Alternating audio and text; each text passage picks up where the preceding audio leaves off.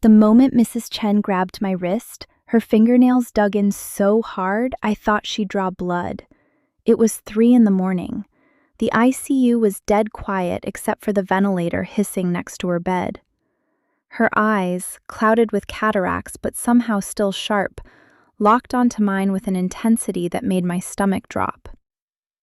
"Don't trust him," she whispered, her voice crackling like dry leaves. "Not him. You listen to me. Don't trust him." I didn't know who she meant. I didn't even know her. But something in the way she said it, the desperation in her grip, made my skin crawl. Then her daughter came rushing in to check on her, and the moment shattered. Mrs. Chen's hand fell away. Her eyes went distant again. By morning, she wouldn't remember saying any of it.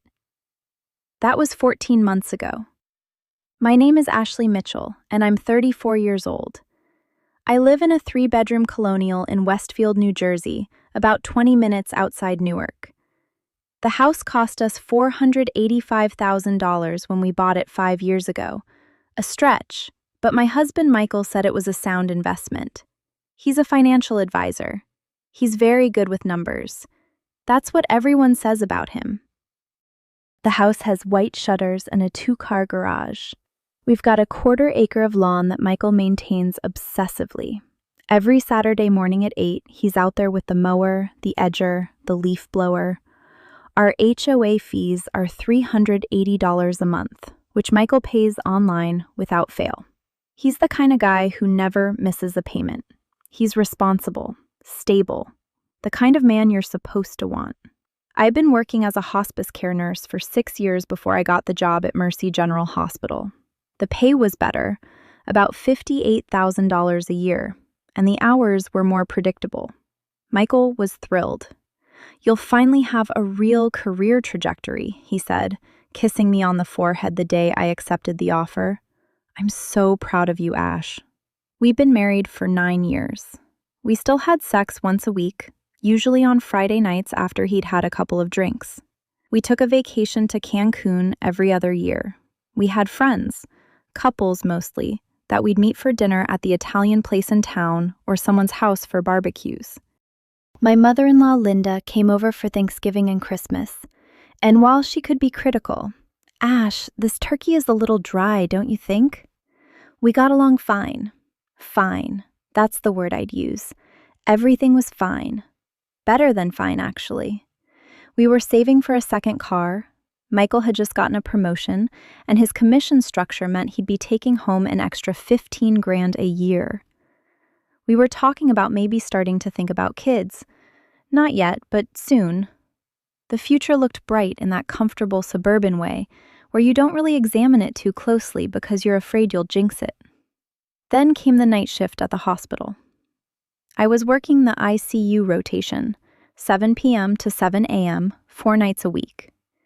It paid a 15% differential, which was good money. The hospital was always chaotic at night. Fewer staff, more critical patients, longer stretches between breaks. But I liked the work, liked the focus it required, liked that I could go home in the morning, kiss Michael on the cheek as he was getting ready for the office, and feel like I'd done something that mattered. Mrs. Chen had been admitted 3 days before the incident with a severe respiratory infection. She was 82, widowed, lived alone in a rent-controlled apartment in Patterson. Her daughter, Jennifer, came in every morning at 6 to spell me off and sit with her. Jennifer was maybe 50, worked in accounting, seemed exhausted and loving in equal measure. "She's getting better," Jennifer said that morning, the morning after Mrs. Chen grabbed my wrist. "The doctor said if the antibiotics keep working, she could go home in a week." "That's good news," I said, charting vitals and trying to shake off the weird feeling from 4 hours earlier. But Mrs. Chen didn't get better. 2 days later, she took a turn. The infection spread to her bloodstream. Sepsis. Suddenly, her organs were shutting down, and we were moving into code territory. Jennifer called her brother David, and they both sat in the waiting room while we worked. I wasn't the primary nurse on the case anymore. That was Marcus, who'd been doing this for 15 years. But I helped where I could. That's when I really started talking to Mrs. Chen. Not about anything important, just the small talk you make with patients who are terrified. You're doing great. The team is doing everything we can. Your daughter's right outside. Lies and comfort, mostly. The same script I'd used 100 times. But one afternoon, when I was helping her shift her position and adjust the pillows, Mrs. Chen grabbed my arm and said something that didn't fit the script. "My daughter," she said, breathing hard. "She's a good girl. You tell her that her husband is no good. He's no good. She needs to—" She coughed, violent and wet. I got her water, held the cup to her lips. "Don't worry about that now," I said. "Just rest."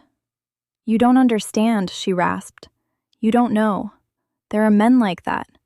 Men who smile and pay the bills, and then they—" She trailed off, eyes getting that distant, fevered look. The medication was making her confused. That's what I thought at the time. She died on a Tuesday. Septic shock, organ failure, the usual cascade. Jennifer and David were both there. They held her hands while Marcus and I did the post-mortem care. Jennifer cried quietly. David looked angry, like he was furious at his mother for leaving, or at God, or at the world in general. I'd seen dozens of deaths by that point. You get used to it, or you tell yourself you do. But something about Mrs. Chen stuck with me. Maybe it was the intensity of those warnings, even though they didn't make sense. Maybe it was the feeling that she was trying to tell me something important, and I'd been too tired and too professional to listen. The night of her funeral, I came home at 8 in the morning. Michael was already at the office. I showered, changed into clean clothes, and tried to sleep. But I kept thinking about Mrs. Chen's voice. Don't trust him. Who? Jennifer's husband? Some doctor? A neighbor? It didn't matter. It was none of my business. Mrs. Chen was gone. I had my own life to worry about. That afternoon, Michael came home early. He was in a strange mood, quiet, distracted. He poured himself a drink at 5 o'clock, which wasn't unusual, but the way he drank it was. Fast, like he was trying to steady his nerves. "Everything okay?" I asked. "Fine," he said. "Work stuff. Nothing for you to worry about." I left it at that. I'd learned early in our marriage that when Michael said not to worry, he meant it. He handled things. That was his job in our partnership. I took care of the emotional landscape. He took care of the practical one. But over the next few weeks, something shifted. Michael started working later. He said the office was auditing some accounts.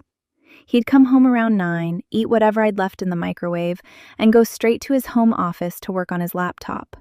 The door would close. The light would be on until midnight or later. "Is everything okay?" I asked again one night. "Just busy season," he said. "Quarterly reviews. It's fine." I believed him. Why wouldn't I? This was Michael. Stable, responsible Michael.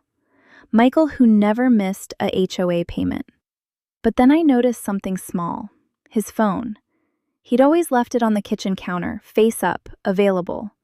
Now he carried it with him everywhere, including to the bathroom. He'd glance at it constantly. His shoulders would tense when it buzzed. One night, I woke up at 2 a.m. and found him on the couch downstairs, his face lit by the phone's glow. He didn't see me. I watched him for maybe 30 seconds, long enough to see him typing fast, then deleting, then typing again. When he finally looked up, he saw me. His expression shifted so quickly I almost missed it. Guilt. Definitely guilt. "Can't sleep?" I asked. "Just checking some email," he said. "Go back to bed." The next morning, I found myself thinking about Mrs. Chen again. About the way she'd grabbed my wrist. About the urgency in her voice. Don't trust him. No, that was insane. Mrs. Chen had been delirious, dying, confused. She could have been talking about anyone. And even if she wasn't, even if she'd somehow been talking about Michael, which was impossible because she'd never met him, that was a sign from a stranger in a hospital, not a reason to start doubting my marriage. Except I couldn't stop. I couldn't stop thinking about what Mrs. Chen had said. It played on repeat in my head while I showered, while I drove to work, while I charted vitals on patients who had no idea that their nurse was slowly falling apart. Don't trust him. By week 3 of the late nights and the phone that Michael carried everywhere, I'd convinced myself I was being paranoid. I was tired. The ICU shifts were brutal. I was projecting something, insecurity maybe, or some latent anxiety that had nothing to do with reality. Michael loved me. He'd never given me a real reason to doubt him. The warnings of a dying woman weren't evidence. They weren't even memory. Mrs. Chen had been septic. She probably didn't remember saying it. But then I found the credit card statement. I wasn't snooping. That's what I told myself. I was looking for the property tax bill that Michael usually left on the kitchen counter, and I found the Amex statement instead, tucked under a stack of junk mail. Michael had always paid the bills online, so I never saw them printed out. This one must have been a duplicate, maybe old. I opened it. My hands were steady. I was calm. I was still in the part of the story where I was a reasonable person who could explain everything away. The charges started in March. Small ones at first. A hotel in Paramus. $63 at a restaurant called Sophia's on a Thursday night. A night when Michael had told me he was working late at the office. A clothing store charge for $240. Then bigger ones. Another hotel, this time in the city. 5 nights in Atlantic City. $1,300 in restaurant charges spread across Newark, Jersey City, and Manhattan. The statement was from June. I was holding it in my hands in August, 2 months later, and my mouth had gone completely dry. I didn't remember sitting down, but suddenly I was on the kitchen floor with my back against the refrigerator, the credit card statement in my lap. The kitchen was very bright. Afternoon sun was pouring through the bay window. Everything looked the same as it always did. The granite countertop, the stainless steel appliances, the framed photo of Michael and me from our anniversary trip to Cancun, both of us smiling, both of us beautiful and happy and completely fake. I must have sat there for 20 minutes, maybe longer. My brain was trying to construct explanations. Business trips? But he would have mentioned those. He would have told me. Client entertainment? But why hide it? Why carry his phone like it was attached to his hand? Why delete his browsing history every single day?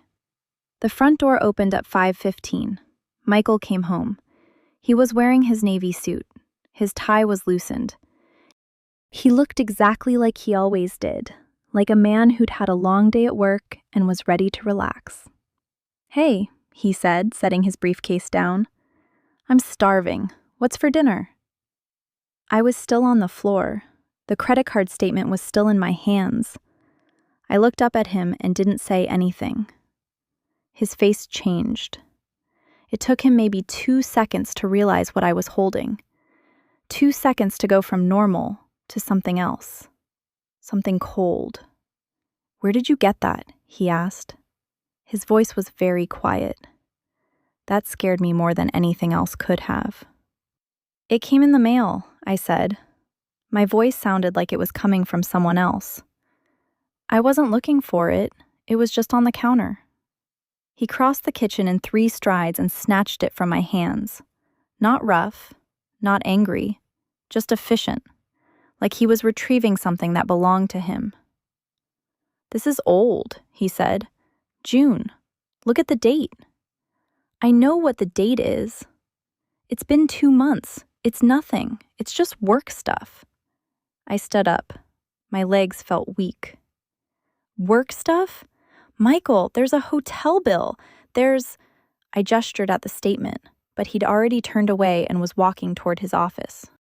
"There's a restaurant called Sophia's. That's not a business restaurant. He turned back. His jaw was tight. You don't know what it is, he said. You're looking at a piece of paper and you're making assumptions. That's not fair, Ashley. That's not fair to me. Then explain it. I don't have to explain anything. I'm your husband. I work hard. I provide for this family. I've never cheated on you. Never. And you're going to stand there and accuse me based on a credit card statement? The thing about Michael is that he was very good at this. He was very good at turning things around, making me feel like I was the unreasonable one, the paranoid one, the one who didn't trust him even though he'd given me no reason not to. Except I had a reason now. The statement was in his hands, and it was real. I'm not accusing you of anything, I said, but my voice was shaking. I just want to know what's going on. What's going on, Michael said slowly, like he was explaining something to a child, is that you're having an anxiety attack based on incomplete information. The statement is from June. It's old. And if you're going to go through my financial statements like some kind of detective, we're going to have a much bigger problem. He went into his office and closed the door. I stood alone in the kitchen for a long time. The sun was getting lower. The light was turning golden and soft, which seemed wrong. Everything should have been red and harsh. Everything should have matched the way I felt. I didn't follow him. I didn't push. I made dinner, pasta, salad, garlic bread. I set his plate on the table. He came out at 6:30 and we ate in silence. The pasta was good. I'd made it 100 times. He didn't comment on it. I'm sorry, I said finally. I didn't mean to accuse you. I just got scared. I know, he said. He reached over and took my hand. His hand was warm and familiar. It's okay, I understand. But you have to trust me, Ash. You have to believe that I love you. I do, I said. Do you? He squeezed my hand. Because it doesn't feel like it sometimes. Of course I do. Then we're okay, right? We're fine. We're fine, I echoed. But we weren't fine. I could feel something fundamental had shifted. The world I'd been living in for 9 years had developed a crack, and I was pretty sure that if I looked too closely, the whole thing would shatter. That night, I lay in bed next to Michael and couldn't sleep. He was breathing deeply beside me, already out. His face in the darkness looked peaceful. It looked like the face of someone with nothing to hide. Around 3 in the morning, I got up and went to my laptop in the kitchen. I pulled up the credit card company's website and logged in using the password Michael had written down in a notebook years ago, back when we actually shared information with each other. I found the June statement again, then May, then April. The charges went back further than I'd thought. January, December of the previous year. 15 months of hotel bills and restaurant charges and shopping sprees. 15 months. I was still sitting there when the sun came up, my laptop screen glowing in the early morning light. Michael would be awake in an hour. He'd shower, dress, kiss me on the top of my head and leave for work. He'd do it like nothing was wrong, like his wife hadn't just discovered that their entire marriage was a lie. And I would let him. Because I still didn't know what to do. Because I was terrified. Because somewhere in the back of my mind, I could still hear Mrs. Chen's voice, rasping and urgent. Don't trust him. I finally understood what she'd meant. But understanding it and knowing what to do about it were two very different things. The credit card statement was in my hands. The evidence was real. But Michael was right about one thing. I had no idea what any of it meant. Not really. Not yet. I needed to know the truth. All of it. Not just hotel bills and restaurant charges, but the actual, concrete, undeniable truth.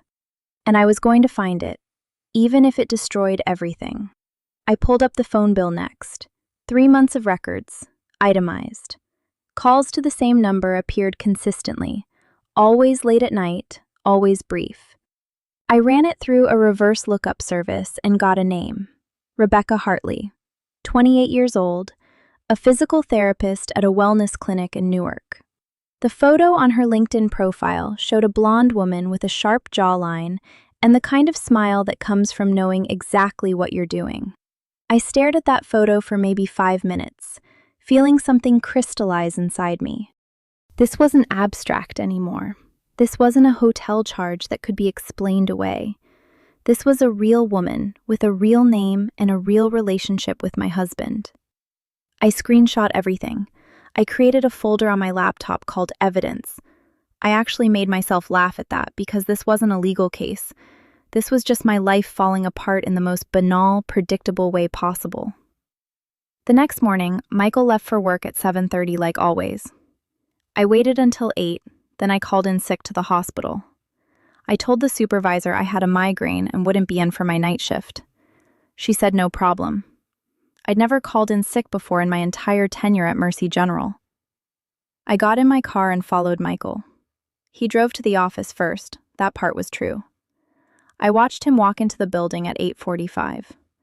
I waited in the parking lot for 2 hours, telling myself I was being insane, that this was crazy, that I was about to do something that would blow my entire life up, and for what? A suspicion? At 10:45, he came back out.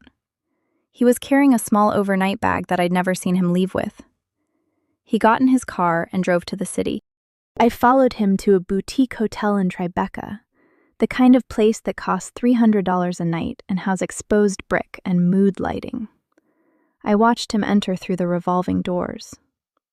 I sat in my car in the parking garage and cried until my contacts fell out. At 4 p.m., Rebecca Hartley walked into the hotel. She was wearing scrubs from her clinic, her blonde hair in a bun. She looked real and solid and present in a way that made me feel like a ghost. She glanced around the lobby like she'd been here before, like she knew where she was going. She got in the elevator without hesitation. I didn't follow. I couldn't. I sat in my car and did something I'd never done before. I called a divorce attorney. Her name was Karen Levy. She had an office on Park Avenue and a reputation for being ruthless in high-net-worth cases. I got her number from a friend of my mother's who'd been through a divorce years ago. When I called, her receptionist told me she had an opening at 3 the next afternoon. I hung up and drove home. Michael would be back in a few hours, happy, satisfied, probably with that same guilty look he got when he came home late from work. He'd kiss me on the cheek and ask what was for dinner. He'd sit at the table with his phone in his lap, checking for messages. And I would have to sit across from him and pretend that I didn't know, that I hadn't seen, that I wasn't about to burn our entire life down. I went to Karen Levy's office the next day. Her office was exactly what I expected, all glass and steel and minimalist furniture. She was a woman in her 60s with sharp gray eyes and the kind of demeanor that suggested she'd heard every excuse, every rationalization, every desperate plea for reconciliation, and didn't believe a word of any of it. "Show me what you have," she said, before I'd even sat down. I pulled out my phone and showed her the screenshots, the credit card charges, the phone records, the photo of Rebecca Hartley. Karen looked at everything without expression. When she was done, she sat back in her chair and folded her hands. "How much do you know about his finances?" she asked. "What do you mean?" "Bank accounts, investments, his 401k, property holdings, everything." "He handles most of it," I said. "He's a financial advisor. I trust him." "Trusted," Karen said. Past tense. "You need to know everything. The second you file, he'll move money. He'll hide assets. It's what people do when they know they're about to lose something." She gave me a list of things to gather: bank statements, investment accounts, mortgage documents, pay stubs. She said I needed to move fast but carefully. No confrontations, no accusations, just information. "Do you have somewhere to stay?" she asked. "What? When you leave, do you have somewhere to go?" The question was so casual and so devastating that I couldn't breathe for a moment. Leaving. I hadn't thought of it that way. I'd thought of this as something happening to me. But Karen was right. This was a choice I had to make: stay or go. My sister, I said finally. She lives in Connecticut. Call her tonight. Pack a bag. We'll file on Monday. Once we file, he can't hide anything anymore. The court can subpoena everything. I drove home in a daze. Michael was already there, sitting in his home office. I could see him through the glass door typing on his laptop. He looked so normal, so utterly, completely normal. I made dinner. We ate in silence. After he finished, he went back to his office and closed the door. At 9 p.m., he told me he was going to bed early because he had an early meeting. He kissed the top of my head like he always did. I waited until he was asleep. Then I packed a bag. Not obviously, just a few things. Clothes, my laptop, my important documents. I left a note on the kitchen counter. I know about Rebecca. I know about all of it. My attorney will be in touch. Don't contact me. It was the most honest thing I'd written in months. I drove to Connecticut and called my sister Jennifer from the highway. She picked up on the second ring. I need to stay with you for a while, I said. What's wrong? She asked. Everything, I said. Everything's wrong. Jennifer didn't ask questions. She just said, drive safe. I'll leave the light on. The filing happened on Monday. Karen served Michael at his office. I watched from Karen's office as the papers went through. The summons, the complaint, the request for temporary custody of assets and the marital home. Karen had frozen our joint accounts and requested that Michael pay temporary spousal support. His response came within 48 hours. Not from Michael directly, but from his own attorney, a man named Stephen Chen, who specialized in defending high-net-worth individuals in divorce proceedings. Stephen's first move was to request that the court deny my request for temporary support, claiming that I had adequate resources and that Michael's income had been overestimated. It was a lie, and Karen knew it was a lie. But Stephen was betting that Michael could outlast me in legal fees, that I'd get tired of fighting and accept a smaller settlement. He didn't know that Mrs. Chen had grabbed my wrist in a hospital ICU and told me not to trust him. He didn't know that I'd spent the last month documenting every affair, every lie, every hidden charge. He didn't know that I'd already made peace with the fact that this was going to cost me everything. We're going to destroy him, Karen said, and she meant it. The depositions started in October.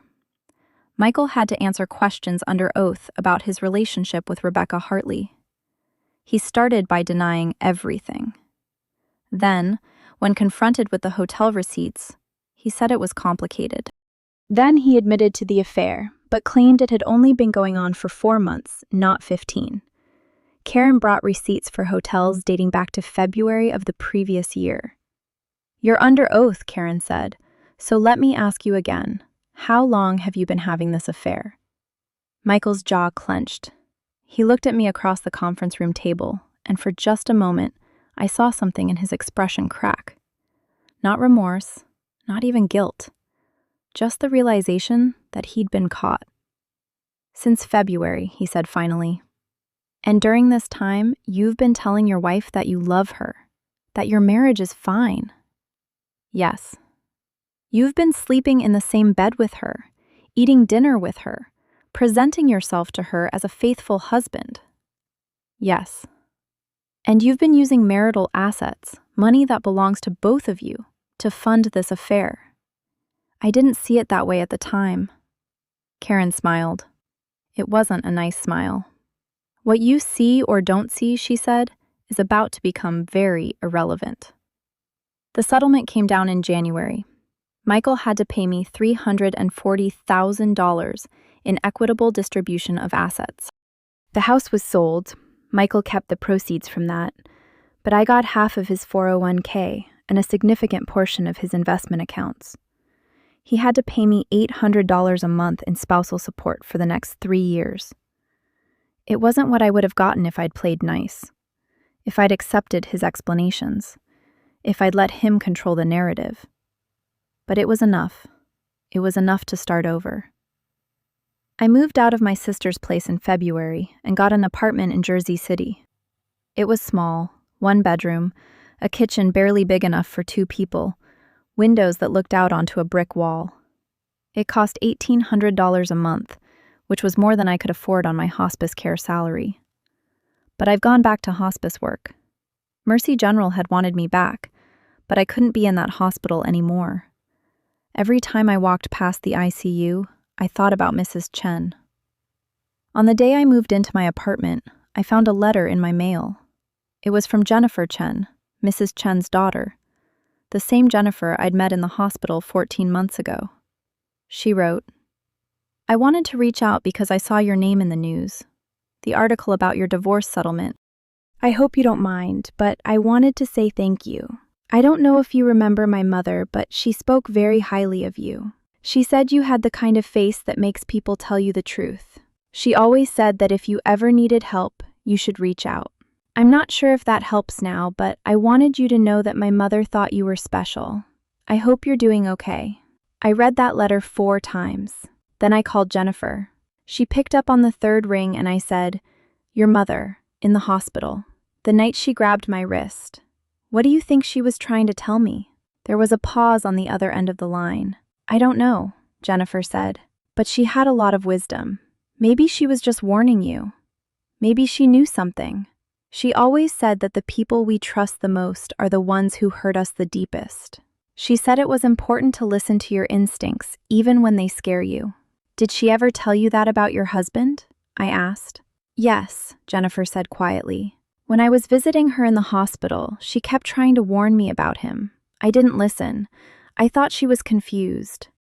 But 6 months after she died, I found out he'd been embezzling from my company. I divorced him. I wish I'd listened to her." I hung up the phone and looked around my small apartment, at the boxes I hadn't unpacked yet, at the life I was rebuilding. And I realized that Mrs. Chen hadn't been trying to warn me about a stranger. She'd been trying to warn me about the danger of trusting the wrong person with your life. Michael had texted me twice since the settlement. Both times, I ignored it. Rebecca had moved in with him, I found out through a mutual acquaintance. They were talking about getting married.